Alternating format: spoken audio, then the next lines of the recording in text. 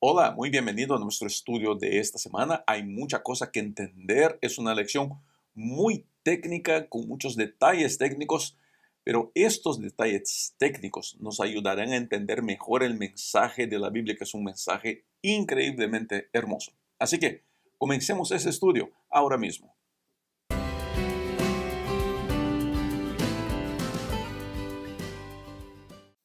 Lección número 7, idioma, texto y contexto.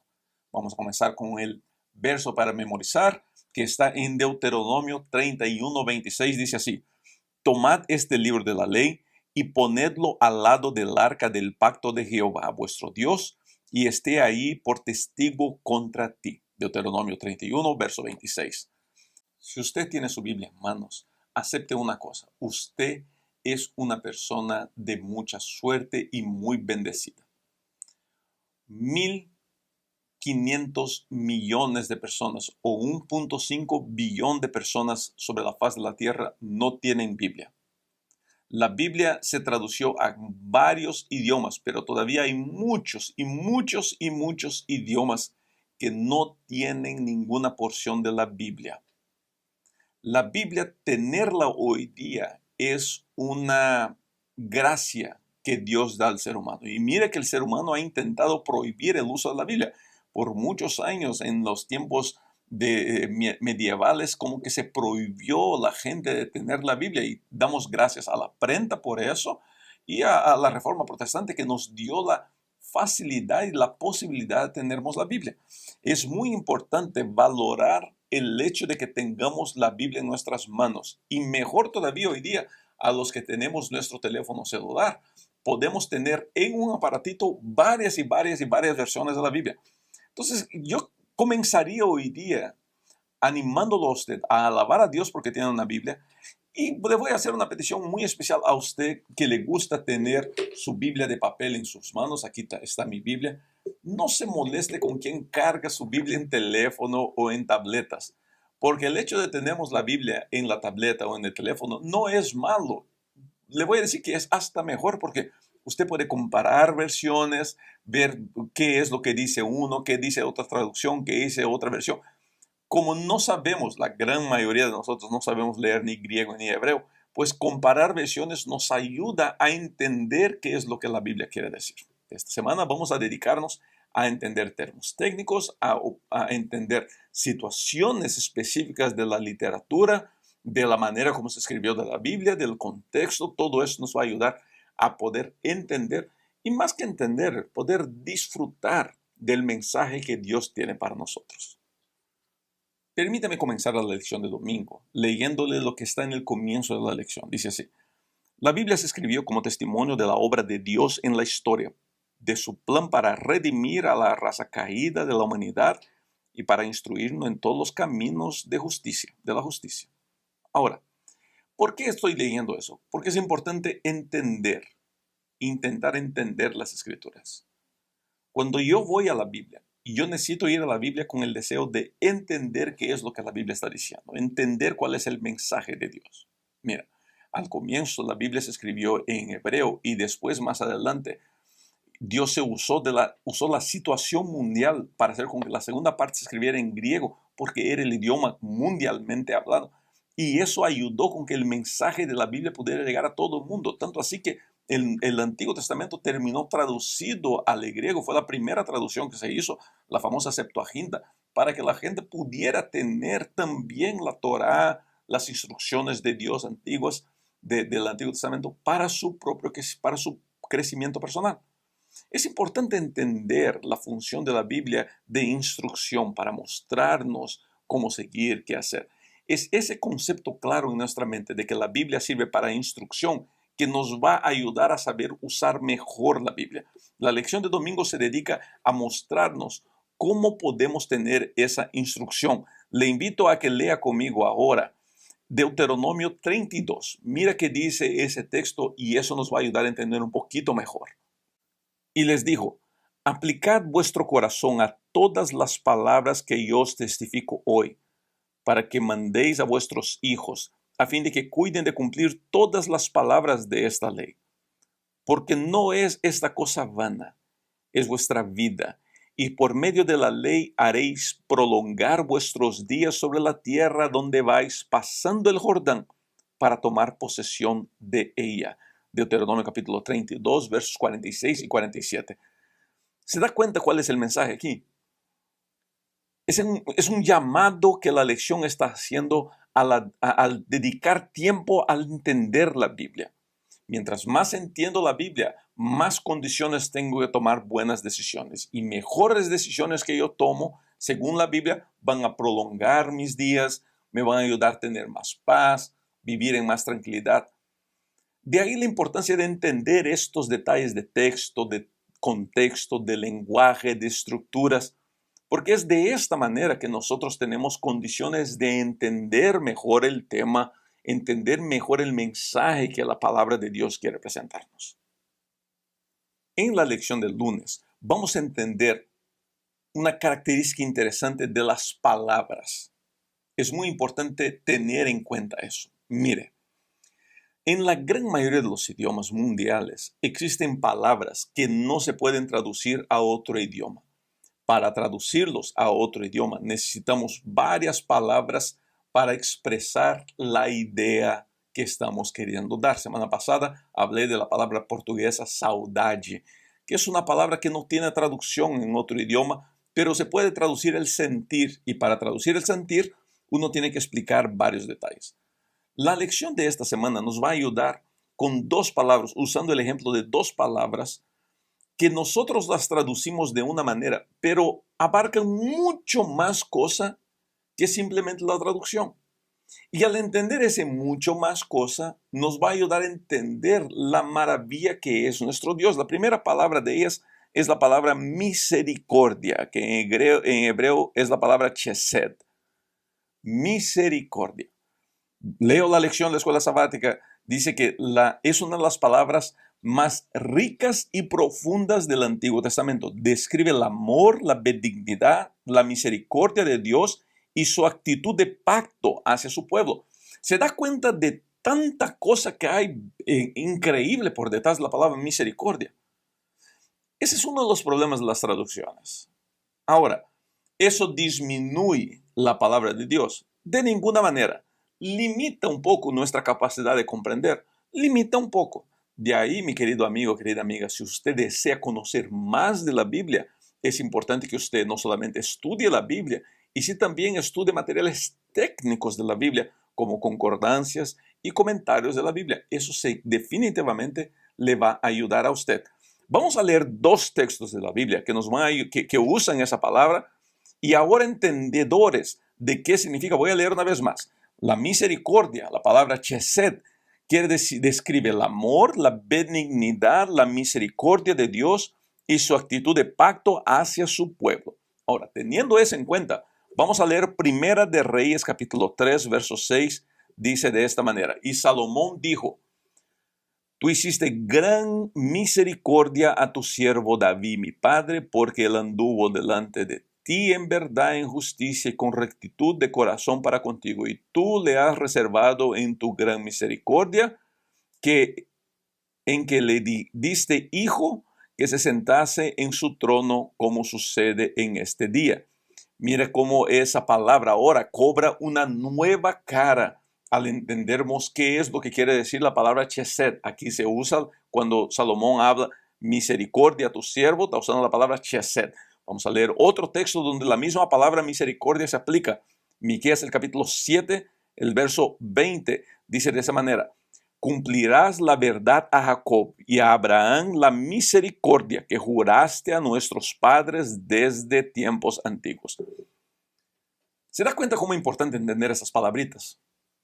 Abre un poco más la explicación, nos ayuda a entender que por detrás de esa misericordia hay un sentir mucho más grande. Hay tanta belleza en la palabra de Dios. Por eso yo estoy insistiendo por esas últimas 3 semanas y durante toda esta lección, nuestra necesidad de dedicar más tiempo a la Biblia. Es sumamente importante. Yo no estoy echando de menos el ministerio de Ellen G. White. Para nada. Yo creo en el ministerio de Ellen G. White. Yo uso los libros de ella. Leo sus libros. Pero el llamado de la lección no es a rechazar los escritos de Ellen G. White, y sí a engrandecer el uso de la Biblia. El hecho de que yo ponga y diga que la Biblia tiene que estar por encima de cualquier cosa no disminuye el ministerio de Ellen G. White y el ministerio de otras personas que se dedicaron a explicar la Biblia. Lógicamente no estoy equiparando las cosas, pero el llamado aquí es para el estudio de la Biblia y entender las bellezas que están enterradas como perlas enterradas en el piso. Es lo que podemos hacer al escarbar la Biblia y entender mejor lo que dice. Otra palabra que se usa aquí muy a menudo en la Biblia es la palabra paz, que quizá la gran mayoría de nosotros conoce, que es la palabra shalom. De ahí usted puede ahora, y hoy día quiero que entienda un poquito más del saludo Shabbat Shalom que era común al pueblo hebreo. ¿Qué es lo que quiere decir? Mira, vamos a encontrar la expresión Shalom en Salmo 29, el verso 11. Si es tan amable de acompañar Salmo 29, 11, dice de esta manera: Jehová dará poder a su pueblo, Jehová bendecirá a su pueblo con paz. ¿Sabe qué quiere decir paz? Shalom quiere decir totalidad, integridad y bienestar. Entonces no es solamente que Dios le va a dar al ser humano paz, un sentido de tranquilidad, de que se va a poder dormir bien. No, está diciendo que Dios quiere darle a la persona una totalidad, una integridad, quiere darle bienestar. Y más o menos es a eso que se está refiriendo la Biblia cuando habla del sábado. Por eso el saludo es Shabbat Shalom. Entender estos detalles nos ayuda a entender mejor el mensaje de la Biblia. Y querido, al fin del día es todo lo que queremos entender. Entender qué es lo que dice Dios y de esa manera poder vivir según lo que dice Dios.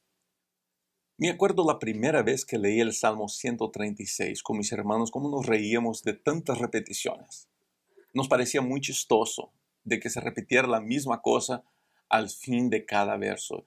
Y nosotros en casa, me acuerdo de broma entre nosotros, todo lo que decíamos terminábamos diciendo, y su misericordia dura para siempre. Entonces, era un chiste de niños, ¿no? Por favor, no piense que era una falta de respeto con la Biblia.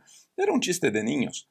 Ahora, hoy día, después de años, pues cuando entré a la universidad y comencé a estudiar la Biblia más con detalles, más a la profundidad, me di cuenta de una cosa: es una estrategia muy común en la Biblia, es parte de la estructura de escrita hebrea, las repeticiones, la forma como se escribe. Entonces aquí, por ejemplo, en Génesis capítulo 1, versos 26 y 27, encontramos un ejemplo de esas repeticiones. Esas repeticiones al fin quieren dar la idea de importancia, de santidad, de grandeza, de algo que se está haciendo.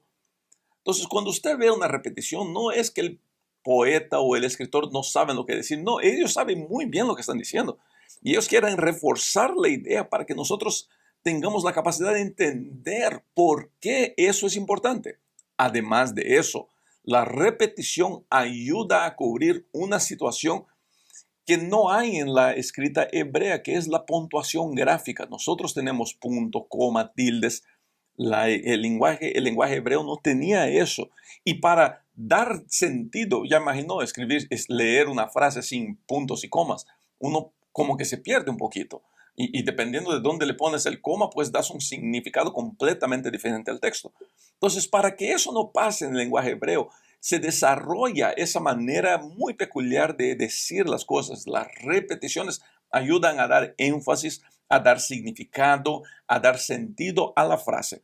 Leo Génesis 1, 26 y 27, dice así: Entonces dijo Dios, hagamos el hombre a nuestra imagen conforme a nuestra semejanza. Y señore en los peces del mar, en las aves de los cielos, en las bestias, en toda la tierra, en todo animal que se arrastra sobre la tierra. Y aquí viene la repetición. Y creó Dios al hombre a su imagen.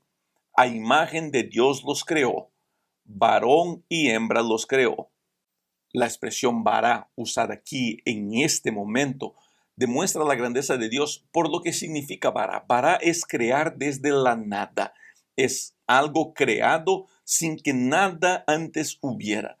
Por ejemplo, cuando usted hace pan en su casa, está haciendo pan, pues usted va junto a los ingredientes, ¿no? Harina, huevo, sal, qué sé yo.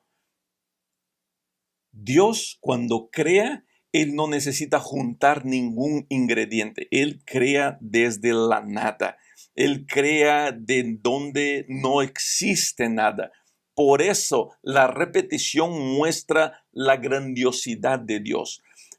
Isaías capítulo 6, los versos de 1 a 3, otra vez usan la misma técnica. Dice así: en el año que murió el rey Usías, vi yo al Señor sentado sobre alto y sublime trono, y sus faldas llenaban el templo. Por encima de él habían serafines, cada uno tenía 6 alas. Con 2 cubrían los rostros, con 2 cubrían sus pies, y con 2 volaban. Y el uno al otro daban voces diciendo, y aquí viene la repetición: Santo, santo, santo, Jehová de los ejércitos, toda la tierra está llena de su gloria. Son esas repeticiones que muestran la grandiosidad de Dios o la importancia del tema. Entonces, a partir de ahora, siempre que usted vea una repetición como esa, se va a dar cuenta de que el autor está queriendo darle importancia a eso. Por ejemplo, en Daniel 3 se habla mucho de la estatua. Se repite 10 veces. Se repite 10 veces la estatua que el rey Nabucodonosor había levantado. Era una manera de darle importancia a ese tema. Con esta información, su próxima lectura del Salmo 136 o de otras porciones de la Biblia va a ser mucho más interesante. Cuando ayudamos a las personas a estudiar la Biblia, enseñamos un concepto. Es el concepto de un texto fuera de su contexto genera un pretexto. ¿Qué quiero decir con eso? Que tenemos que respetar el contexto en que se está usando dicho texto, o en el caso de la lección, la palabra. Es importante saber dónde se está diciendo tal palabra. Si yo no respeto esa situación o ese contexto, yo puedo terminar cayendo en el problema de generar una creencia basada en la Biblia que no es bíblica. ¿Me hago entender? Si yo mal uso o saco textos de su contexto, yo puedo agarrar esos textos ahora y querer enseñar algo que la Biblia nunca quiso enseñar. Y de ahí la importancia de entender los detalles de la Biblia. La palabra en la Biblia, vamos a estudiar ahora la palabra Adam. Adam, en hebreo, Adamá, quiere decir tanto hombre, género masculino, como humanidad. Es la mismita palabra.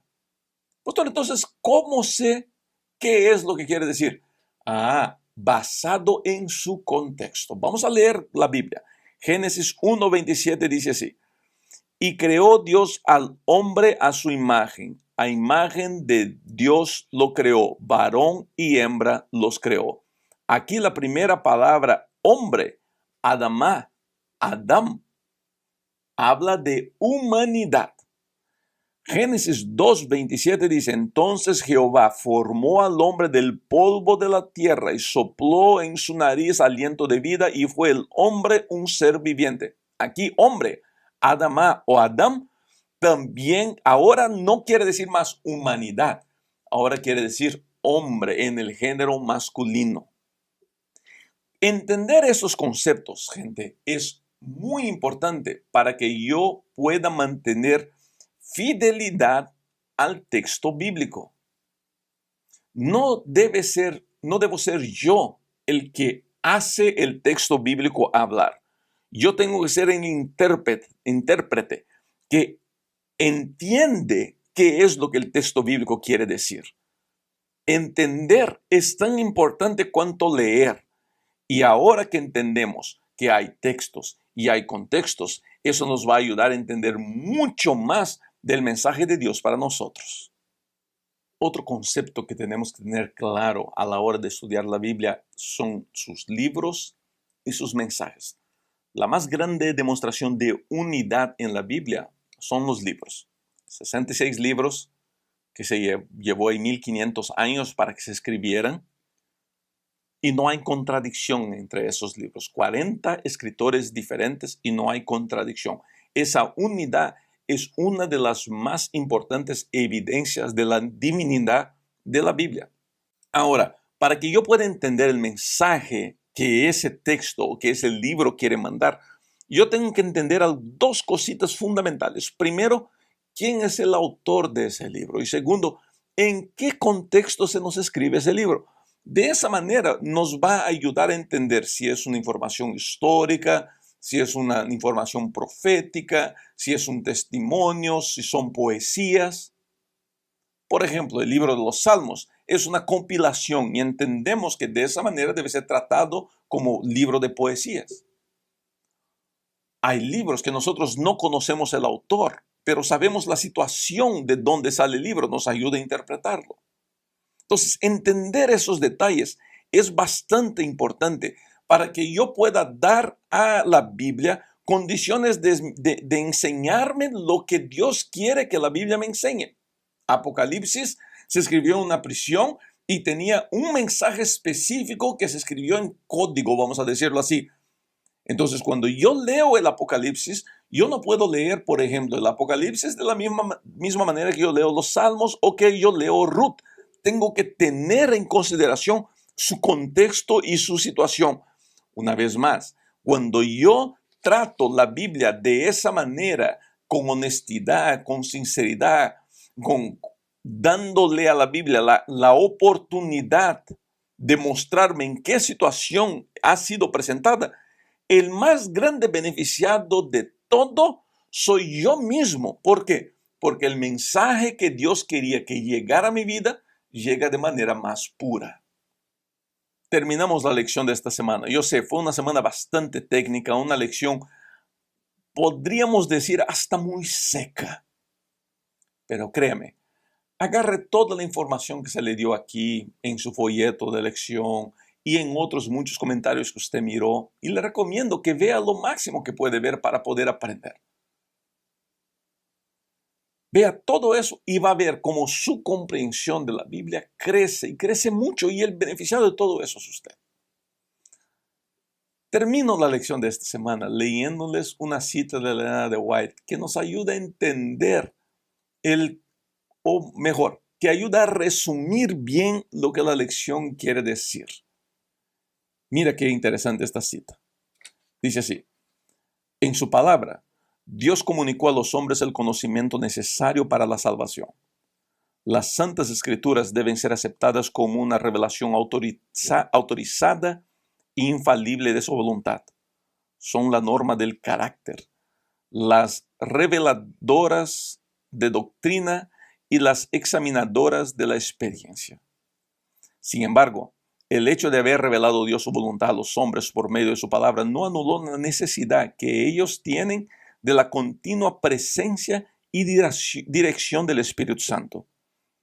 Por el contrario, el Salvador prometió el Espíritu para abrir la palabra a sus siervos, para iluminar y aplicar sus enseñanzas. Y como el Espíritu de Dios fue el que inspiró la Biblia, es imposible que alguna vez las enseñanzas del Espíritu sean contrarias a las de la palabra. Entiendo lo siguiente. Es sumamente importante que usted jamás estudie su Biblia sin estar en presencia del Espíritu Santo. Mire, conozca las reglas, conozca las informaciones, tenga comentarios, estudie hermenéuticas. Todo eso es importante para su conocimiento de la Biblia. Pero jamás comience a estudiar su palabra. Jamás abra su Biblia para prepararse, para conocer, para entender, sin antes decirle al Espíritu Santo: por favor, Espíritu Santo, ayúdame a entender tu mensaje. Ayúdame a entender qué es lo que quieres decir. El Espíritu Santo siempre me va a ayudar a entender el mensaje principal, a entender qué es lo que yo de verdad necesito aprender. Querido, mi llamado hoy día para usted es: dedique tiempo a la palabra. Y ahora, con estas reglitas, estoy seguro que su conocimiento de la Biblia va a ser mucho mejor, va a ser de mucho más provecho, va a ser mucho más bendecido. Que Dios lo guarde, que Dios lo cuide. Nos vemos para la próxima semana para seguir estudiando esta lección que nos ha traído tanta cosa buena.